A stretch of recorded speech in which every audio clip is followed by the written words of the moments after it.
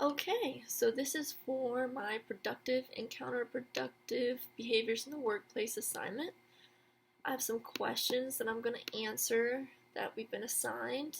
I'm going to do my best to talk about it in a conversational sort of aspect, and hopefully not say so many times. But the first question that it looks like I'm supposed to answer is, how have recent historical events affected the course of research in organizational psychology? Give an example of the event and the resulting outcome. Now, I really think the most obvious historical event to talk about would be the pandemic. I think this is a really interesting question to be able to answer in 2021. Um, Obviously, over the years, industrial organizational psychologists have used a multitude of psychological principles, research methods, etc., to tackle arising difficulties in the workplace, improve the livelihood of companies' workers.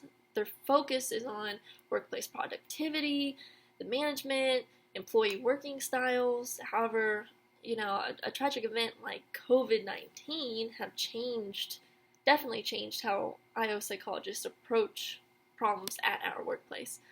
With the disease being as viral as it is, highly contagious, several working cultures have had to be adjusted in handling problems presented by the pandemic.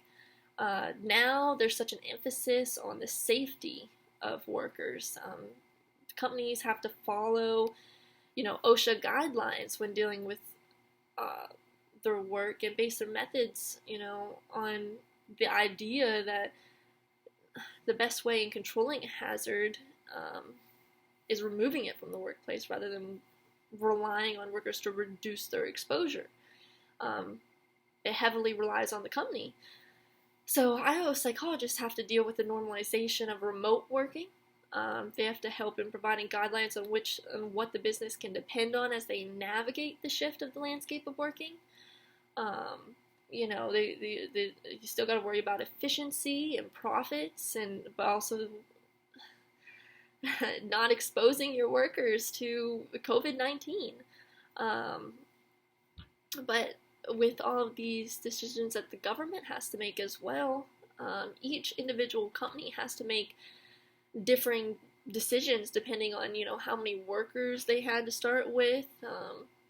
I've had friends that there's alternating shifts now between workers. I have a friend that's an engineer that works for Honda that some days he'll go, and then other days a different coworker will come in, and they do differing things and get everything done. They still have to work as a team. It's just not together anymore.